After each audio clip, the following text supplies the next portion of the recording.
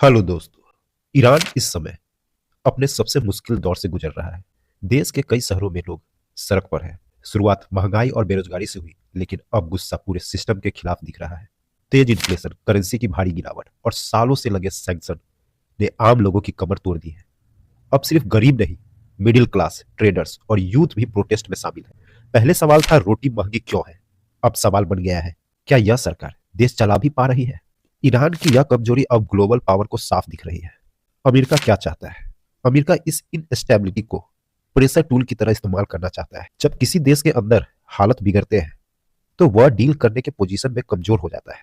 America चाहता है कि ईरान कहे, हालात बहुत खराब है, इकोनॉमिक बचानी है, सैंक्शन हटाने हैं, चलो न्यूक्लियर डील पर वापस चलते हैं। लेकिन यह डील यूएस के शर्तों पर होगी, बराबरी के लेवल पे नहीं। इसलिए अमेरिका का गोल प्रशासन को गिराना नहीं है, बल्कि प्रशासन को इतना कमजोर कर देना है कि वो निगोशिएट करने को मजबूर हो जाए। वहीं इजराइल इसे एक हिस्टोरिक मौका मान रहा है, इस्लामिक रिपब्लिक के लीडरशिप को पूरी तरह हटाने का। इजराइल का मानना है कि अगर अभी दबाव नहीं बढ़ाया गया तो ईरान भविष्य में और ज्यादा ताकतवर होकर उभरेगा।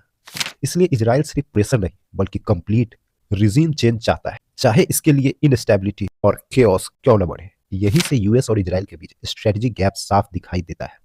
जब बाहर की ताकत खुले तौर पर किसी देश को धमकाती है तो अंदर हालात उल्टे हो सकते हैं।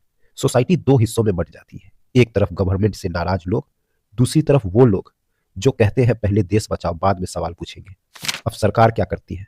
वो प्रोटेस्ट को फॉरेन कॉन्स्पिरेसी बता देती है।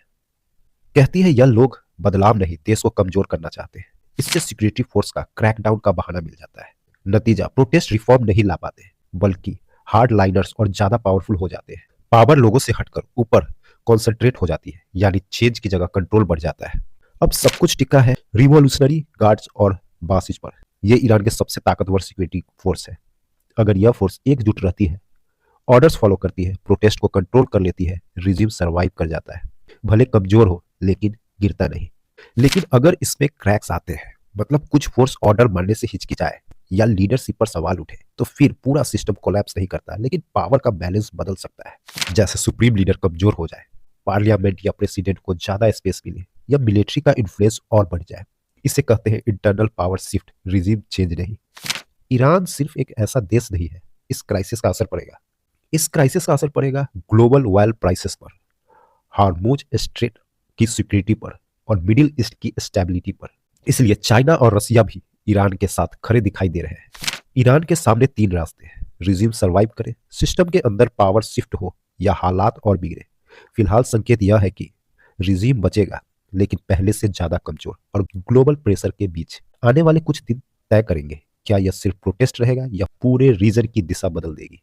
ईरान में बढ़ता तनाव इंडिया के लिए सिर्फ पॉलिटिक्स नहीं, सीधा ऑयल और इकोनॉमिक का मामला है। अगर हालात बिगड़े तो ऑयल प्राइस बढ़ेंगे, इन्फ्लेशन बढ़ेगा और आम आदमी पर असर पड़ेगा। इंडिया ने ईरान में बाहर पोर्ट में निवेश किया है। इंडिया ना प्रोटेस्ट सपोर्ट करेगा और ना रिजीम चेंज की बातें करेगा।